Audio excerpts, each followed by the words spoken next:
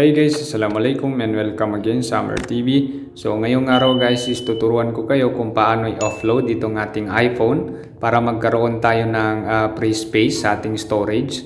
So kung napapansin nyo guys na medyo naghahang na yung iPhone nyo, tapos wala na kayong free space, so pwede natin i-offload yung mga applications na hindi naman natin ginagamit or di kaya yung mga ginagamit natin na applications, okay? So first, i-open lang natin itong settings. Okay, so pupunta tayo dito sa General. Ayan, General. Then dito tayo sa iPhone Storage. Ayan. Okay. Okay, so wait.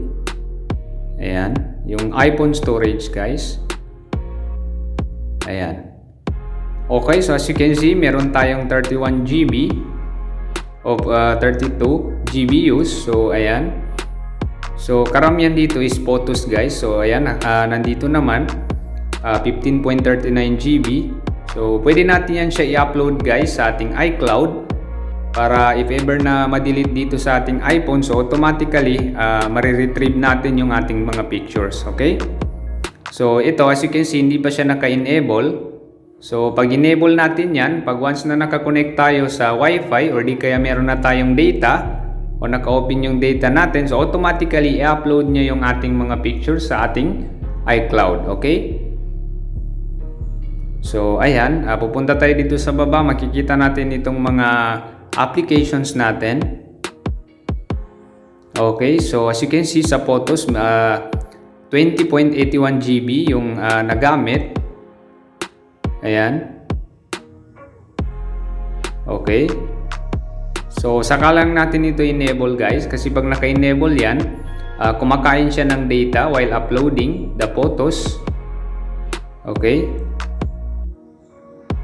So, ayan. So, sa Messenger, 2.12 212.3 MB. Okay. So, sa documents, ayan. So for example, itong Facebook guys, i-upload natin kasi marami na siyang nakain na space. So i-select lang natin yung applications, then meron tayong makikitang upload app. Okay, so by the way pala guys, pag naka-upload yan, automatically kailangan natin siyang install ulit para magamit natin. Okay, so offload lang natin. Okay, so ayan.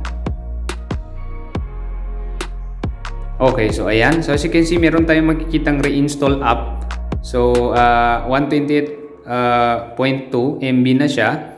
So kailangan natin i-upload ulit or i-install yung ating application sa ating iPhone para magamit natin ulit, okay?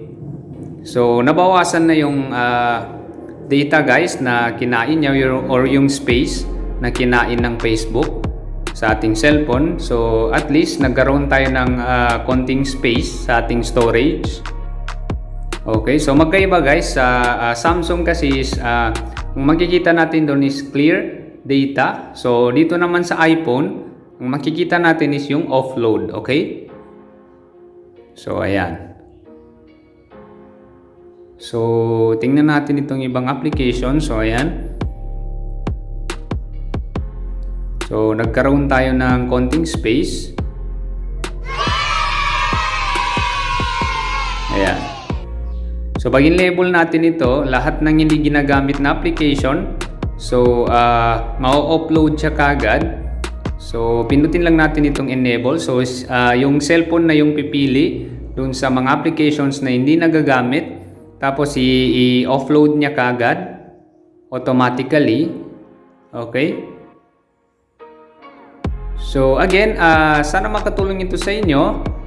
Thanks for watching and don't forget to subscribe to Amer TV for the latest videos na aking i-upload. Sukran and wassalam.